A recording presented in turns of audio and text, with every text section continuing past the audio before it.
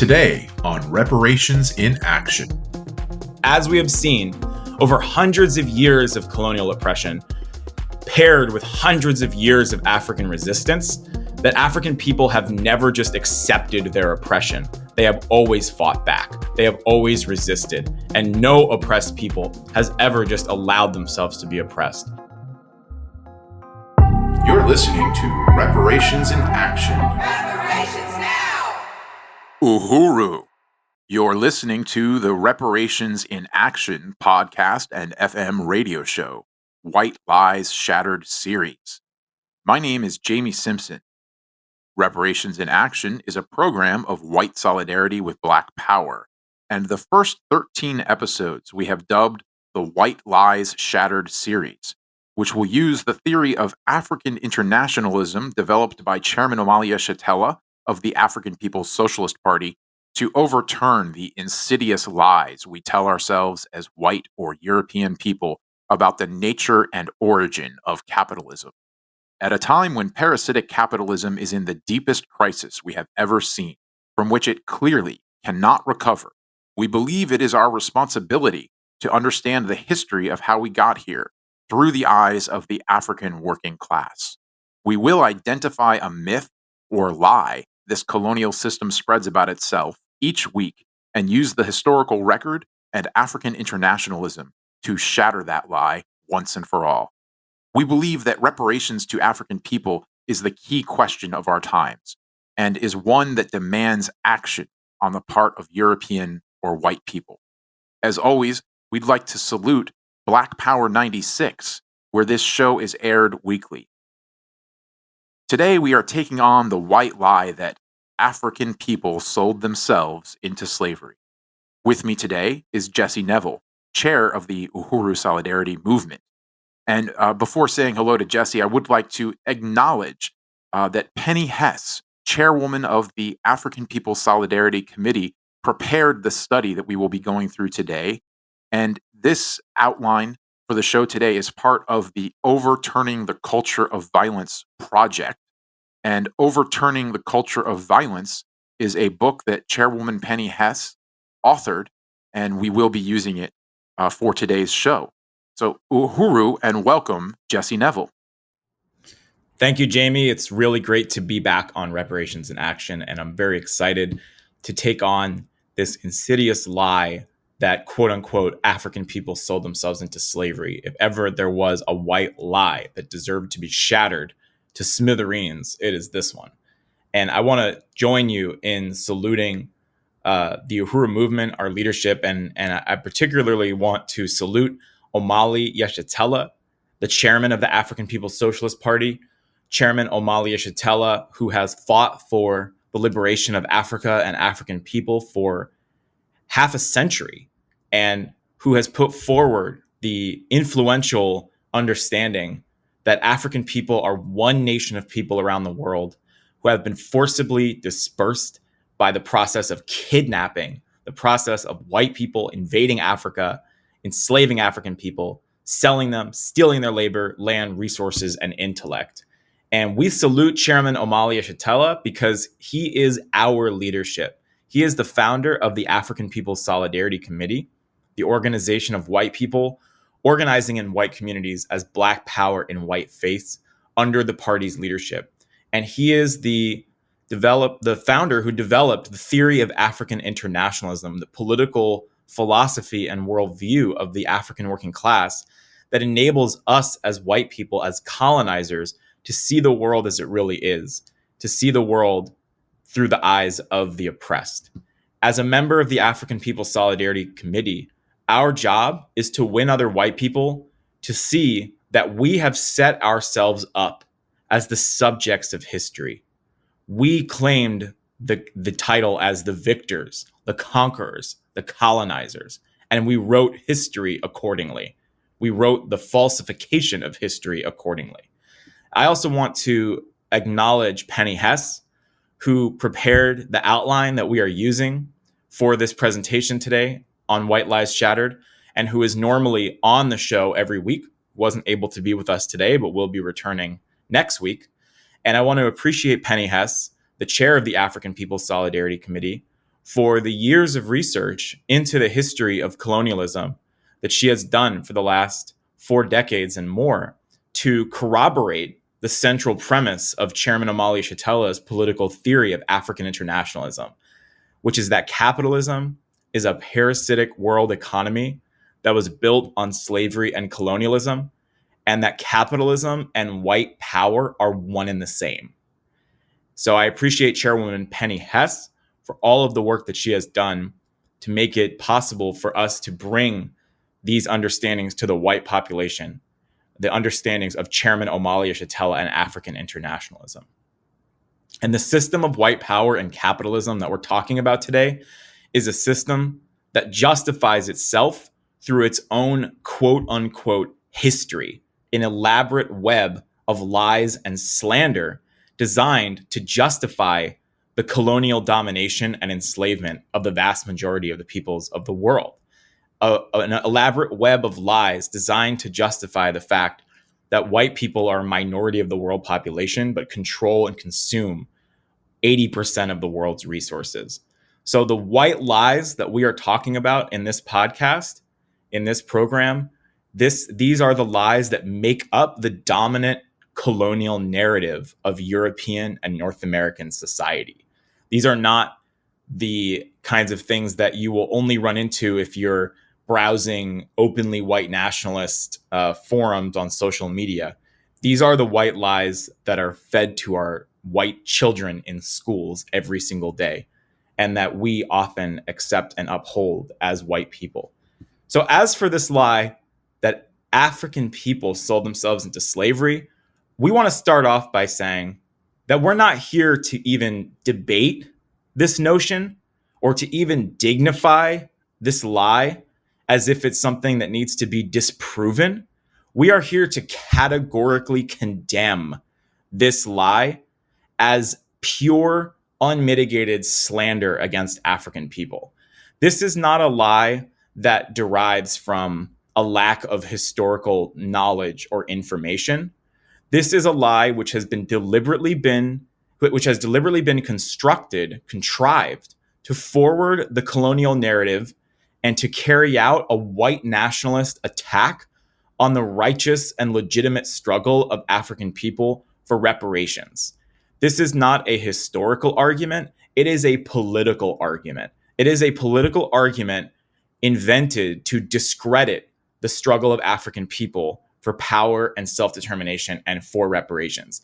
And you can see that because it always comes up when you talk about reparations. When we say reparations are owed to African people, when we say slavery and colonialism gave rise to this system and white people benefit from this and we owe reparations as white people, the response from white nationalists of all stripes who oppose the struggle for reparations is to say, well, how's that going to work? Who's going to pay the reparations? Who's going to receive it? Africans sold themselves into slavery. So it is a political argument, it is a slander, and it is an absolute lie. And we want to set the record straight that contrary to this filthy white nationalist slander, the response of African people to slavery was and always has been fierce and relentless resistance. African people have always fought back. As Chairman Omali Yeshitela has said, from the first day that a white man made an African woman or man do something against their will, African people have resisted. African people resisted in Africa when the colonizers invaded. African people resisted on the slave ships when the colonizers took them on board to force them across the ocean. And African people resisted on the plantations. And African people resisted up until this very day. African people have always fought back. And in the Caribbean, in every major Caribbean island, you will find a statue of an African hero, many of them African women, who is celebrated for leading a struggle of resistance to colonial chattel slavery. And it's just such a contrast to the statues and monuments of slave owners and slave drivers that you see throughout the United States and Europe and the UK, that in the Caribbean, those who are celebrated, those who are upheld, those who are looked at as the heroes are those who fought back, those Africans who fought back. And the same is true throughout the United States and South America. The leading cause of death for slave ship captains and crew was African resistance. So I want to talk a little bit about this history. And this is based on, again, presentations that have been put forward over the years based on the research done by Penny Hess, the chairwoman of the African People's Solidarity Committee, under the leadership of Chairman Omali Yeshitela, and the political understandings of African internationalism.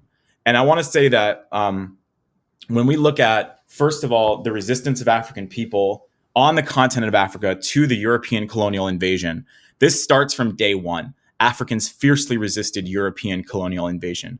The Beja people of Sudan resisted European invasion since Roman times. Countless acts of resistance by African people to the European invasion and colonization of Africa continue with Queen Nzinga, who in the early 1600s fought the Portuguese assault on Angola. And Queen Nzinga resisted the Portuguese enslavement. She made no concessions on the Portuguese slave trade and kidnapping of African people. In her 60s, Nzinga led an army that waged guerrilla warfare against the Portuguese, and the white invaders could never defeat her. She died in her bed in her 80s. Queen Mother Ya Asante of Ghana, similarly fierce African woman freedom fighter in the early 1900s, late 1800s, early 1900s, she raised a fierce army of 5,000 African soldiers against the British colonizers, and she is beloved as a hero in Ghana today. We look at the Zulu Wars of Southern Africa in the 1800s that brilliantly defeated the British colonizers in Southern Africa, surprised the British imperialist occupation forces with a trained army of 20,000 African warriors who killed the majority of the British forces. And the Zulu fought the white colonizers for 100 years, a century of relentless, unending resistance. The Matabele Wars in Zimbabwe in the 1890s, incredible resistance fighters who waged a struggle against the British colonizers led by the notorious imperialist, genocidal, mass murdering pig, Cecil Rhodes. African people armed themselves with rifles that they gained through killing the British invaders. And the British responded by using Maxim machine guns for the first time in history, slaughtering 1,500 African freedom fighters in a single afternoon. The Mahi Mahi Wars in Namibia from 1905 to 1907, which were waged against the German occupation and colonial rule in Tanzania, where the Germans submitted African people to forced labor and committed genocide against the Nama and Herero people, the template for the murder of Jews by Germans in the Second Imperialist War. Another instance of courageous resistance and brutal repression and counterinsurgency. So you can see that there was never a moment where the Europeans were able to just go in and make a deal and take African people onto a slave ship. They faced resistance every single step of the way. And as we mentioned, that resistance did not end once the Africans were subjugated and forced onto a slave ship. It intensified. The leading cause of death for the slave ship captains and crew was African resistance. And then once they were brought to the United States and to the Caribbean and to other places around the world, African people captive in the United States fought the slave master, resisted, and escaped every single day. You have the Stono Rebellion in South Carolina in 1730, the largest uprising of African people in the American colonies under England, where African people staged multiple coordinated insurrections, seizing weapons, killing the slave masters, raiding their homes, and marching towards St. Augustine, Florida, where under Spanish law, they would have been free. And they held their own against the British for over a week. This was 70 years before the 1800 Gabriel's Rebellion in Virginia, which was inspired by the incredible African Revolution of Haiti, as were many African uprisings throughout the United States and throughout the world. They were emboldened and empowered by the incredible revolutionary example established by Jean-Jacques Dessalines and Toussaint Louverture in the African Revolution of Haiti in 1804. Gabriel sought to raise an army of 1,000 Africans who would march to Richmond with the slogan "Liberty or Death" and take the armory and the governor hostage. And he and 25 other African freedom fighters were hanged for their courageous resistance. This was 11 years before the Louisiana African Rebellion, which was another incredible rebellion inspired by the African Revolution of Haiti, and which turned out to be the largest and most successful uprising of enslaved Africans in U.S. history, that took over a plantation, seized uniforms, guns, and ammo from the slave masters, and marched to New Orleans, gaining hundreds of followers and fighting pitched battles with white soldiers. And then you have the famous uprising of Tillamook, who is also known as the name Denmark Vesey, in South Carolina in 1822. An incredible insurrection, also inspired by the African Revolution of Haiti, that actually had a plan to sail to Haiti after a plan to kill the slave masters of Charleston, South Carolina, and liberate the enslaved Africans. They had planned to sail to Haiti. 1831, Nat Turner says, "Strike at night and spare no one," driving fear into the hearts of the white slave masters. And Nat Turner and 70 armed African resistance fighters attacked 15 homes, resisted the white slave master population, and eluded the authorities for more than a month. So this is just in the United States alone.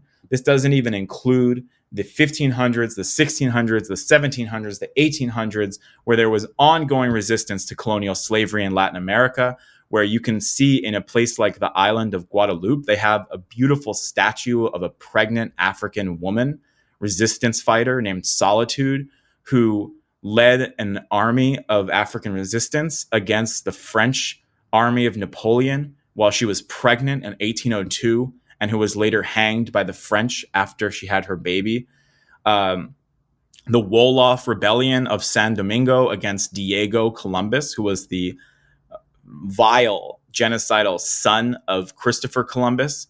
And most of the Africans escaped from San Domingo, from the slave plantation, the sugar plantation, and formed independent Maroon communities with the indigenous people. And you also had the Maroon Wars of Jamaica from 1655 to 1738, led by the great Nanny, leader of the Maroons, who was a leader loved and recognized for her leadership and guerrilla warfare skills. And there are so many other examples. And again, just want to point out the incredible African Revolution of Haiti, which was the first successful anti-colonial struggle in history that, inspired African resistance and other anti-slavery and anti-colonial struggles all around the world. And it was begun by Toussaint Louverture and completed by Jean-Jacques Dessalines, the victorious revolution of Haiti that crushed Napoleon's army, the strongest army at that time, and established the first liberated African state in the world.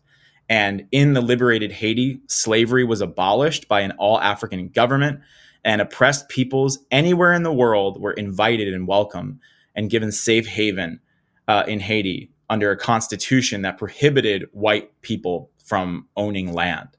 And of course, over the years, Haiti has been brutally attacked by French and US imperialism because it represented such an incredible example of resistance. And Marcus Garvey, in 1916 to 1940, the Garvey movement, under the leadership of an African man born in Jamaica, who organized all throughout the world and built a movement of 11 million Africans all around the world under the slogan, "Africa for the Africans, those at home and those abroad."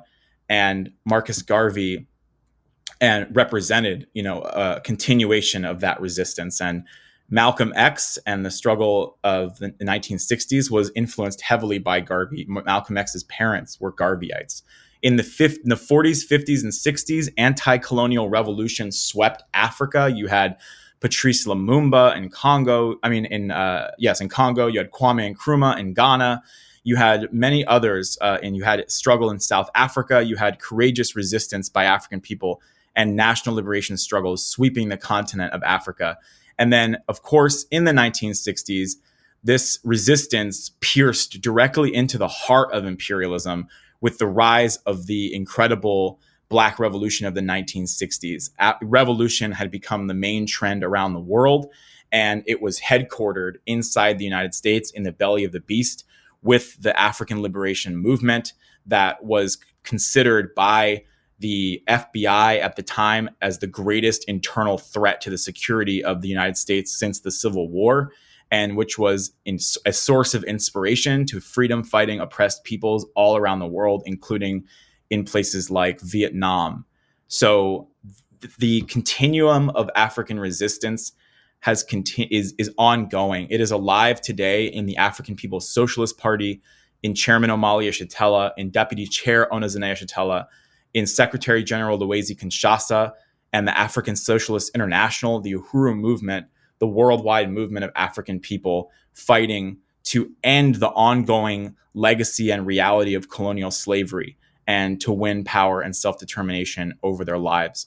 So again, when white people say Africans sold themselves into slavery, not only is it a lie, but it is a horrible slander and insult to the millions of African people who gave their lives in courageous, unrelenting resistance to slavery from day one until now.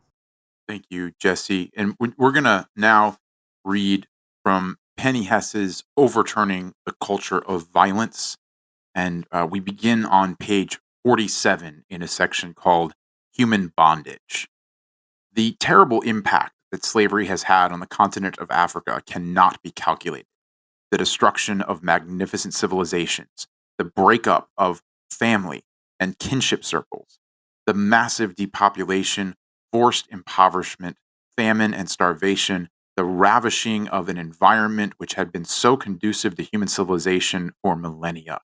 From open, educated, prosperous, and democratic societies, African people now lived in sheer terror, never knowing when their village or town would be raided for human loot by these white invaders. Some North American people cynically place the blame for the enslavement of African people on the shoulders of African collaborators who participated in the kidnapping of their own people. Impacted by the social destruction wreaked by invading Europeans, a tiny minority of the conquered people did find their own survival by participating in this treachery. The setting up of collaborators among the colonized population has been a successful tool of domination in every instance of European colonialism around the world. Africa is no exception. Europeans attacked societies in Africa, Asia, or the Americas, destroying their traditional economies and long-standing social relationships. A unilateral colonial economy which starves the people and creates dependency on the colonial power is militarily enforced. The European invader gets richer and richer through his blood-sucking relationship and offers resources, guns, and special status to a minority sector of the oppressed population. The selected elite of the colony can themselves become enslaved or carry out the will of white power. If they take any kind of stand independent of the colonizer, as have, say, Panama's Manuel Noriega or Iraq's Saddam Hussein in today's world, white power spares them none of its wrath. This plan has worked well over the centuries. A few people in every colony have participated in the devious imperialist schemes of slavery, genocide, torture, and exploitation against their own people, a collaboration which benefits no one more than the European or North American mother country. The statement that Africans enslaved their own people separates out African people from other colonial subjects, all of whom have had their share of betrayal among their ranks. It is a statement of imperialism's historical need to mobilize public opinion against African people. Like the general white attitude toward the government-imposed drugs and dependent drug economy in today's African communities, this statement lets the parasitic colonial economic system off the hook. It is an anti-Black expression of unity with the oppression of African people, saying, quote, they did it to themselves. Meanwhile, all white people everywhere still benefit from the parasitic economic system, which has as its foundation the enslavement and continued exploitation of African people. Most Africans resisted enslavement with all of their energy. Rebellions on slave ships were common. According to one source, many deaths on slave journeys across the Atlantic derived from violence, brawls, and above all, rebellions. There was probably at least one insurrection every 8 to 10 journeys.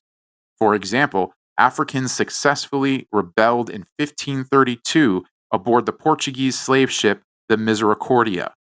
The 109 Africans on board rose and murdered all the crew except for the pilot and 2 seamen. Those survivors escaped in a longboat, but the Misericordia was never heard of again. Slave ship owners often threw Africans off the ships just to collect the insurance money.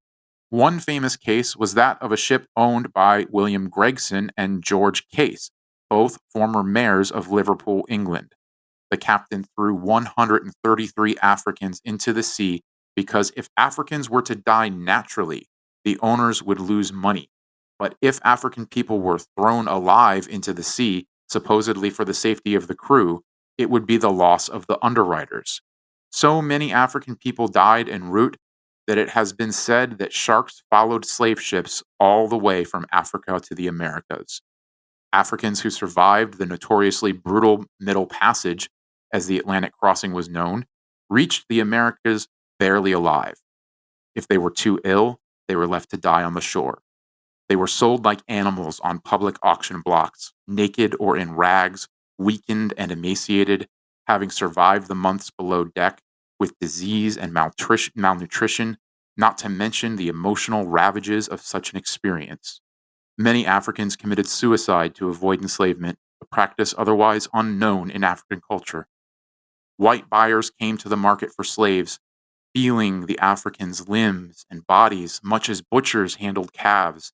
The slaves were often asked, as they had been told to do before leaving Africa, to show their tongues and teeth or to stretch their arms.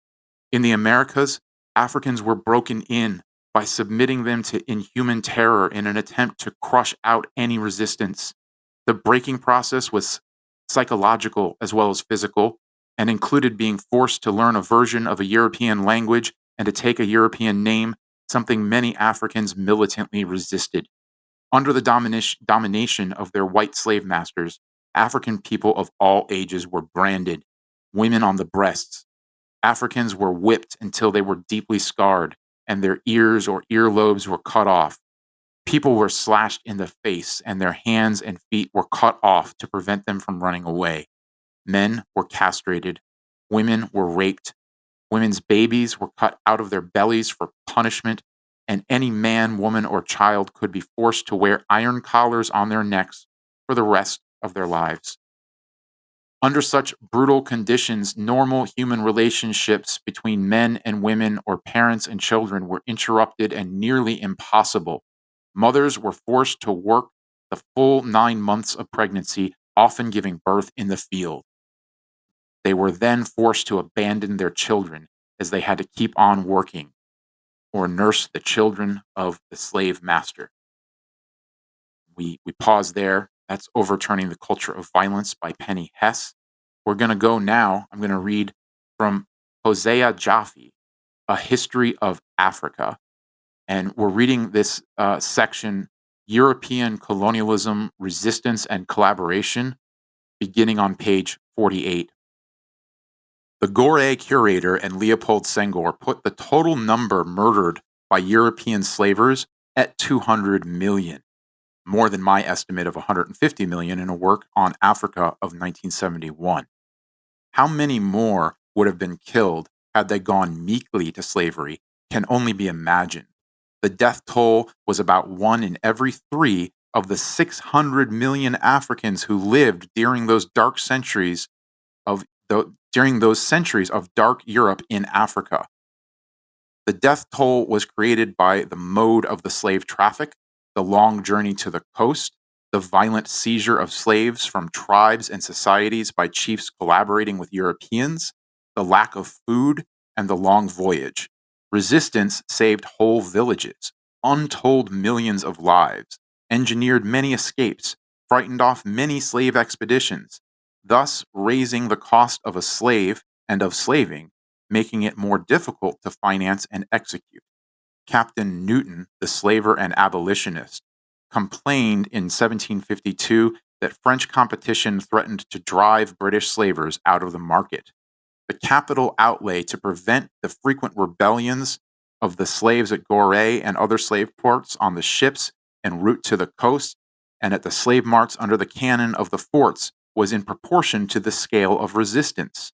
Resistance by unenslaved farmers and artisans, intellectuals and congregations, pagans and Muslims, had a double effect, protecting those not yet enslaved and fortifying the slaves and aiding their rebellions. Just as the old pre-colonial societies had a communal basis for their largely domestic slavery, so the tribal and tribally based despotic societies set up a resistance to slaving, which formed the basis for the rebellions of the slaves themselves. Before they were slaves, they had been members of those very societies, and were to perpetuate them in many cultural ways under slavery in America and the West Indies. When communal resistance destroyed the forts, it clearly destroyed the very means for slave trading until the slavers could rebuild them. Every mission raised served that same purpose of reducing and postponing enslavement and its death toll. Resistance arose everywhere against the collaborator King Alfonso I in Mbanza, Conga, against Gao and de Gama, against the Portuguese viceroy of the East Indies, de Almeida, who was killed in 1509 by Khoikhon herders, against the sacking of Kilwa and other Zanj towns. Portuguese forts were destroyed at Kilwa and Mombasa. There was a popular urban uprising in Mombasa in 1529, a mass rebellion in Mbanza after 1534, a mass armed Islamic rising under Granier against the Portuguese in Ethiopia in 1540, and popular rebellions that drove the Portuguese out of Ethiopia forever and humbled the dynastic collaborators and the Catholic converts. There were attacks on British slave traders in Guinea in 1556. De Silveira was slain and his Portuguese army defeated by the Mueni Mutapa resistors in 1560. A popular slave rebellion killed many Europeans on Sao Tome. Tribes used poisoned arrows against John Hopkins of Plymouth in 1567. Chagas resistors besieged the Portuguese at Mbanza court. There were the Manicongo rebellion against Portugal in 1570, the 1573 to 74 Mueni Mutapa defeats of Barreto and Vasco Fernandes, the 1576 and 1589 defeats of Diaz's powerful army by Angoa, the Zimba rising against the Portuguese on the Zambezi, resistance to the Augustinian missionaries on Pemba in 1597. All these were high points of 16th century resistance. Resistance continued in the 17th century despite the development and consolidation of the slave trade, forts, missions, commerce, and plantations. The people of Mozambique resisted the re-entry of the Jesuits in 1607. In Tete, the Portuguese had to use an armed guard of 2,000 collaborator troops against massive resistance. In 1612, the Angolan bishop complained of mass resistance to baptism. In 1613 to 1616, Madagascar peasants rejected Portuguese colonists from Goa. In 1616, a Duquela River revolt in Angola was crushed. In 1628, the new Mueni Mutapa king attacked the Portuguese. In 1631, the Mombasa Sultan led a revolt against the Portuguese at Fort Jesus, and in 1644, the Malagasy wiped out would-be British colonists. The year 1652 saw not only the landing of the Dutch at the Cape, but also the beginning of 2.5 centuries of tribal resistance there. Rebellions along the Swahili coast in the same year broke the power of Portugal north of Mozambique. In 1659, Atshumo led a war against the Dutch and was sent to Robben Island, which has remained a political concentration camp for over 300 years. In 1660, Capuchins told of African hostility to them. and a slave revolt broke out at the Cape. In 1668, the Macalanga revolt in Mozambique crippled Portugal there for decades. In 1672, the Cochacua Khoikhon revolted against Holland at the Cape, and Nguanema led a war which only ended with his death in 1682. Not until 1685 did the Portuguese defeat Matamba. The next year saw another slave rising in Cape Town. In 1693, the Danish fort in the Akwamu Kingdom was seized. In 1693, Omani-led Africans besieged Fort Jesus. In 1701, the Senegalese Damo of Caor seized Brou, director of the French Royal Company. 300 years of colonialism had gone by and 300 years of resistance. The inability of the European soldiers and men of God to break Africa's spirit is depicted in the satirical bas relief by Dahomey craftsmen in the courtyard of the Gore Slave Museum, showing a Christian on a stranded ship. It's a very stark image and a really important book, Hosea Jaffe's History of Africa. And it's really important, I think, also to understand the role of neocolonialism in the whole process of colonial European inflicted slavery. And the fact that many Europeans, including and especially the British, very consciously used the imperial maxim of divide and conquer to create and maintain a neocolonial population, that the differences between different African peoples, between different African nations, these were not antagonistic differences by and large prior to the arrival of European colonialism. These rifts in the society were exploited by Europeans who used that concept of divide and conquer to facilitate their own primitive accumulation or theft of wealth. And it is also very important to remember that this assault on Africa, this is not something that is some sort of unfortunate symptom of capitalism. It is capitalism. It built Europe, built capitalism, built the white world.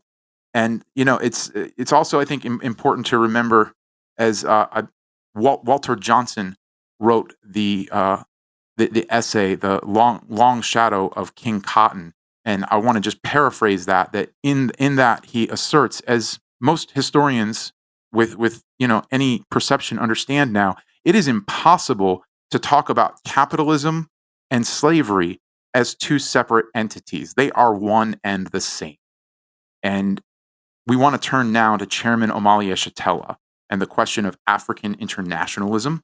In Chairman Omali Yeshitela's book, Vanguard, The Advanced Detachment of the African Revolution, which is the political report to the 7th Congress of the African People's Socialist Party. And we begin in Vanguard on page 280. We are not Marxists. We are historical materialists. We have used the historical materialism of Marx, the science of investigating and analyzing society, to investigate and analyze our reality as Africans. Our findings prove that we are a part of the primitive accumulation mentioned by Marx in his works.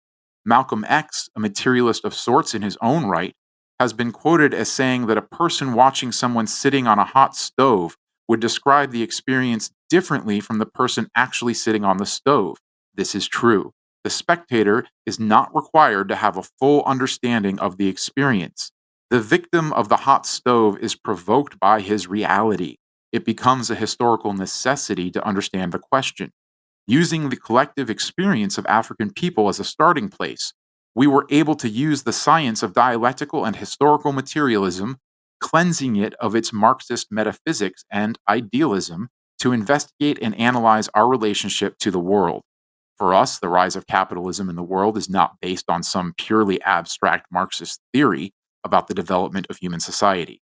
It is not a theoretical question. Primitive accumulation is not a theory.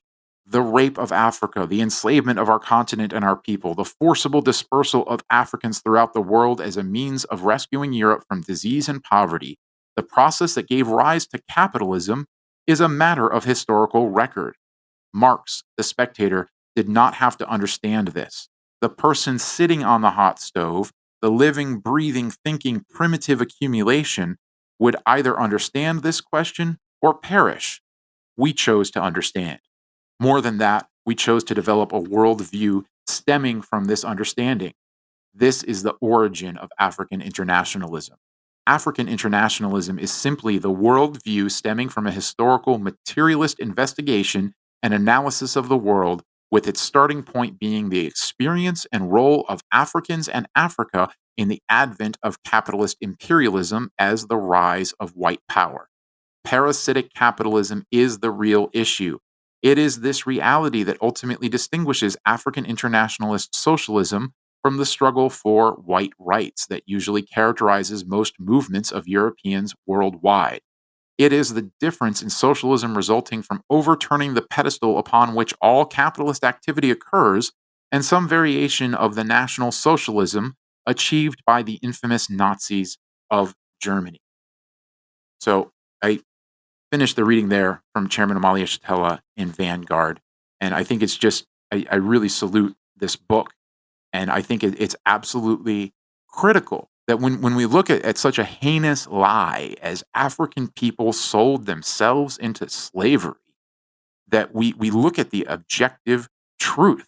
And as you were saying at the beginning of this episode, Jesse, this is not some sort of innocent academic debate that we can consider here. This must be something that we categorically condemn because it is so demonstrably false, whether we look at the historical record or we just follow the money. If we look at the white world, we can see where the money is. U.S. capitalism controls the world economy, and it is filthy rich. On the other hand, Africa is poor and being looted daily, and still to this very day. However, this poverty experienced by African people, whether we see it in the Congo, whether we see it in occupied Azania, also known as South Africa, this is not a natural poverty. This is not a self-imposed poverty. Africa is wealthy in terms of natural resources. It is by far the wealthiest continent on planet Earth. So there is massive, massive wealth that is being stolen from Africa right now.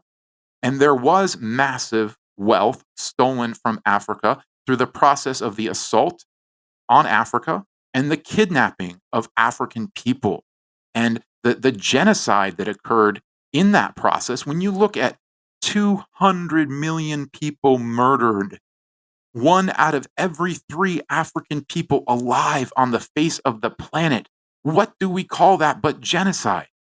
And you look at the massive wealth that came from the genocide, the extermination of indigenous peoples here in the Americas, the theft of their resources and land, the fact that so many of them were murdered that the Europeans had to call for African slaves to be introduced into the quote unquote new world. Another lie, right? That it was a new world.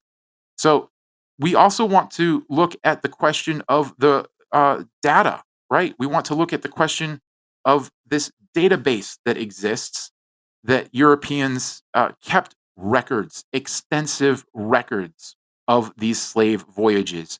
And there is a website, it's called slavevoyages.org, that documents just the known voyages of Europeans involved in kidnapping and selling African people for profit. And you can look at this over 36,000 long list, and it shows you the name of the ships, the locations that they stole the African people from, the names of the captains, how many people were transported, where they went. So this is not some mystical question. It's very provable.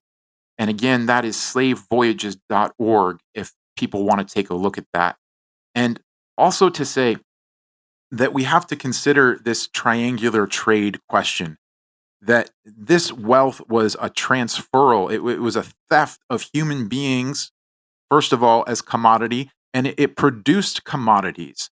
So the triangular trade was a process of Europeans going from, say, England to Africa, let's say Ghana, and stealing African people, and then going to the Caribbean or North America and bringing the Africans there in chains, the ones who survived, and then collecting the commodities, the raw commodities produced by African people, whether that was sugar, whether it was cotton, whether it was alcohol like rum, whether it was guns, beads, cowrie shells, and countless other, very, very rich resources that they then took back to England, where a newly burgeoning white middle class and white working class, who were no longer feudally enslaved serfs on their own land, but able to go to factories, could refine those materials into the products that became the lifeblood of capitalism. This is capitalism. This is how there is no separation between the slave trade and capitalism itself. So stolen labor, African people, just to say also that the African People's Socialist Party in 1982 held something called the first tribunal on reparations to African people. And during that process, it was determined that $4.1 trillion are owed to African people in terms of the stolen labor, unpaid labor alone. And that is $1982. And just on that, I just want to salute the work done by Chairman Omali Yeshitela and the African People's Socialist Party to begin to quantify the ultimately unquantifiable enormity of the wealth stolen from African and colonized peoples from the initial assault on Africa and the enslavement of African people and on till today. And I think this is so important to lay this out, Jamie, and just really appreciate all of what you just put forward. And again, the research and preparation from Penny Hess, chairwoman of the African People's Solidarity Committee, and the leadership of Chairman Omali Yeshitela and African Internationalism, which Chairman Omali has also pointed out that in addition to the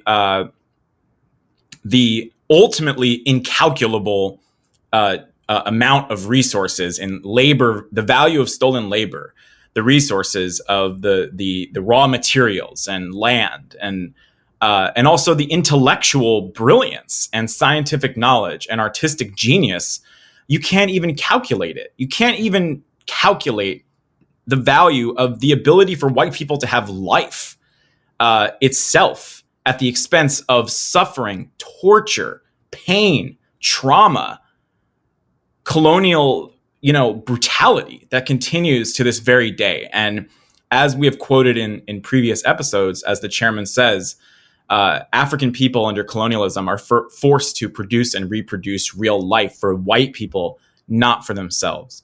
And as the chairman has said so eloquently, colonialism is something which cannot even be described. And when the indigenous people first encountered the white man and began to experience the brutal savagery of white colonial terror against the indigenous population, they literally had no words in their vocabulary to describe what they were witnessing and what they were experiencing. And Aimé Césaire, who is an African anti-colonial poet and writer from Martinique, published a book called Discourse on Colonialism in 1955, in which he said, quote, "Between colonizer and colonized, there is room only for forced labor, intimidation, pressure, the police, taxation, theft, rape, compulsory crops, contempt, mistrust, arrogance, self-complacency, swinishness, brainless elites, degraded masses. No human contact, but relations of domination and submission, which turn the colonizing man into a classroom monitor, an army sergeant, a prison guard, a slave driver, and the indigenous man into an instrument of production. My turn to state an equation. Colonization equals thingification, that's Aimé Césaire, reducing African people into things, into commodities, into machines of production. This is the dehumanization that is at the core of colonialism. And as the chairman has said, it is absolutely necessary for colonialism to function, for the colonizer, the colonialists, to implement the most extreme violence you could possibly imagine or even couldn't imagine.